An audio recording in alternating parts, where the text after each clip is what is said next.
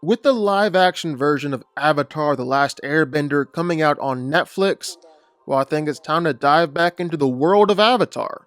Specifically, let's take a look at Aang, The Last Airbender, and see just how powerful he truly is.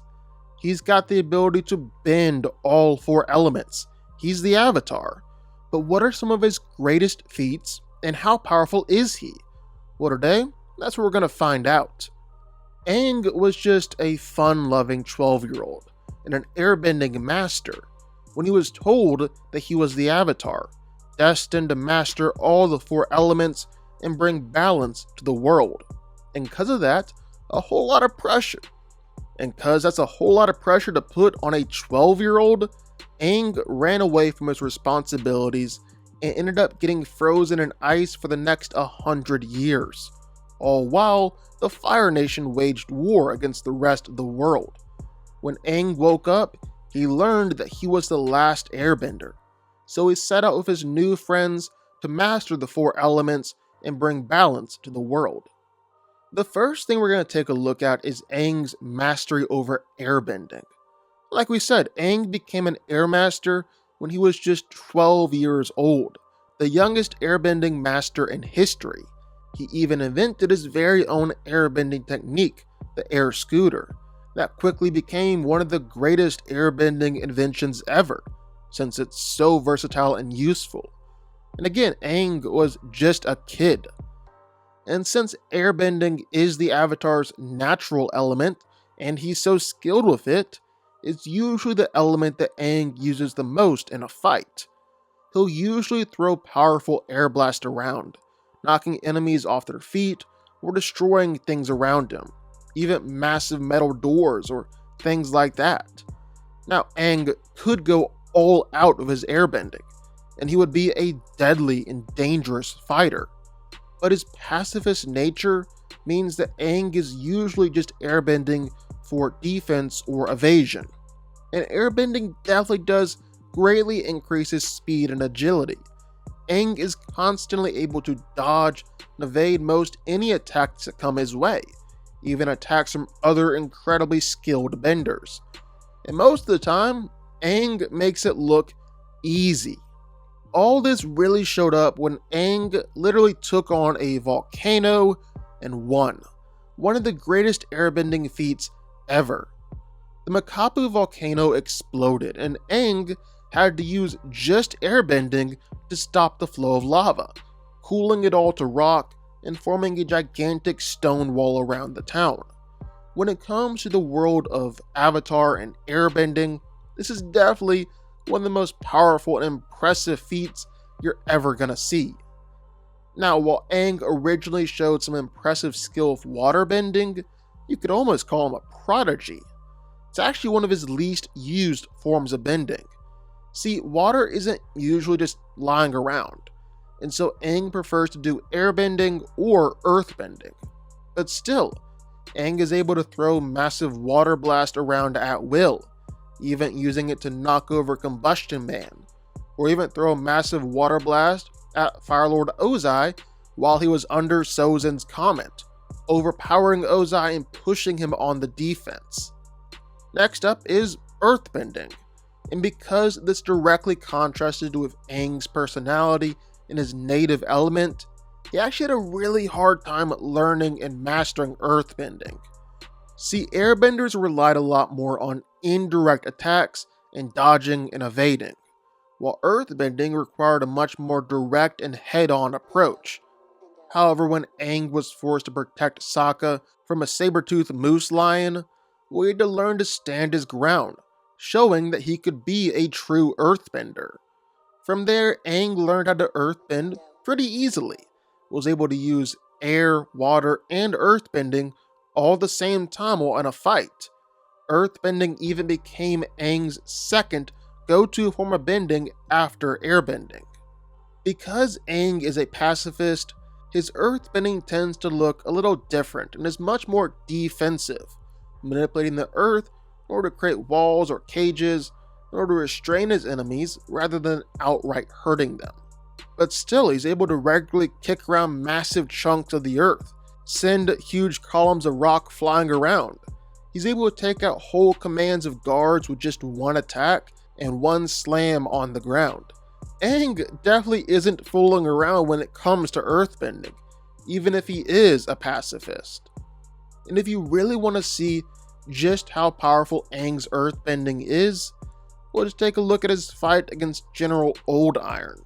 It's a massive, giant spirit with the ability to manipulate iron and the power to crush whole towns. So what's Aang do? Well, he earthbends in order to create a massive, giant rock body himself. Then they had a giant kaiju fight against each other. Crazy impressive on Aang's part, some of the best earthbending that you'll ever see.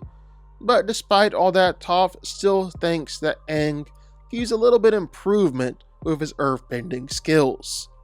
Now, while normally the Avatar has to learn the elements in the proper cycle, for Aang it would be air, water, earth, and then fire, Aang was actually able to learn firebending early on from Master Zhang. However, it didn't go according to plan, and Aang grew impatient, accidentally hurting Katara in the process.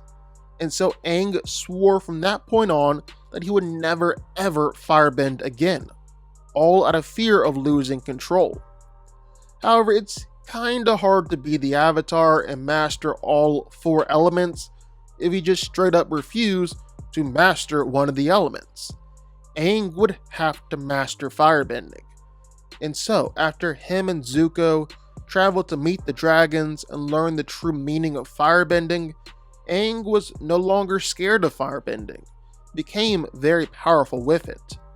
Aang mastered the ancient dancing dragon form, breathing fire and shooting fire from both of your hands, was able to unleash powerful fire blasting kicks that took down Fire Nation airships. Aang was even able to learn lightning redirection, a highly advanced form of firebending that Uncle Iroh created by observing waterbenders. But lastly, before Aang took on Fire Lord Ozai, well, he visited the massive lion turtle. The lion turtle granted him the power of energy bending. Energy bending is easily the rarest and most powerful form of bending. It's where the bender is actually able to bend and control the energy within their body. It's also incredibly dangerous. If your energy isn't pure and unbendable, well then you'll be destroyed. But since Aang's spirit was unbendable, well, he was able to energy bend and actually managed to remove Fire Lord Ozai's bending ability straight up. And lastly, because Aang is the Avatar and is meant to serve as the bridge between the physical world and the spiritual world, well, he can enter into the Avatar state. This means a few things. For starters, Aang is able to connect with his past lives in order to ask them for guidance and advice. That usually comes in the form of Avatar Roku. Also, while in the Avatar state, Aang becomes exceptionally more powerful. Like when he merged with the Ocean Spirit, basically became a giant water monster that was able to wipe out the entire Fire Nation Navy. Things like that, incredibly more powerful than he is normally. Or when he fought against Fire Lord Ozai. Now, for most of the fight, Aang was fighting against him just on his own. That was a pretty tough fight. Ozai is arguably the best firebender in history, and he was under Sozin's comet, meaning that he was exceptionally more powerful. But then when Aang entered the Avatar state and actually mastered it, that turned the fight pretty quickly. He started flying around with his spear made up of all the 4 elements, and Fire Lord Ozai is absolutely no match for him. Aang is so much more powerful than him now, and Aang straight up nearly killed him before he left the Avatar state, decided to spare his life, just to remove his bending powers instead.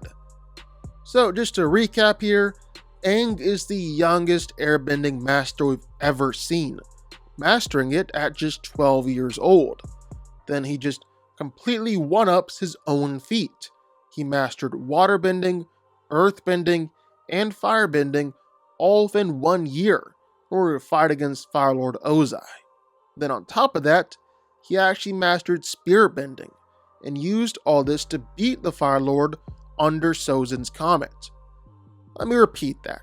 Aang, as a 12-year-old, managed to master all the elements in just a year, and learned how to energy bend, all in order to successfully defeat the most powerful firebender ever, while Ozai was seriously enhanced under the comet. He is without a doubt the most powerful avatar that we've seen in the series, bar none. But what do y'all think? Sound off in the comments down below. I know you're gonna have thoughts and feelings on this one for sure. If you stuck around this long and made it to the end of the video, that's amazing. Thank you so much for watching and for supporting us. And if you want to go subscribe, well, go subscribe. You're going to see more videos like this one every single week. I'll see y'all then. I'll see y'all next time.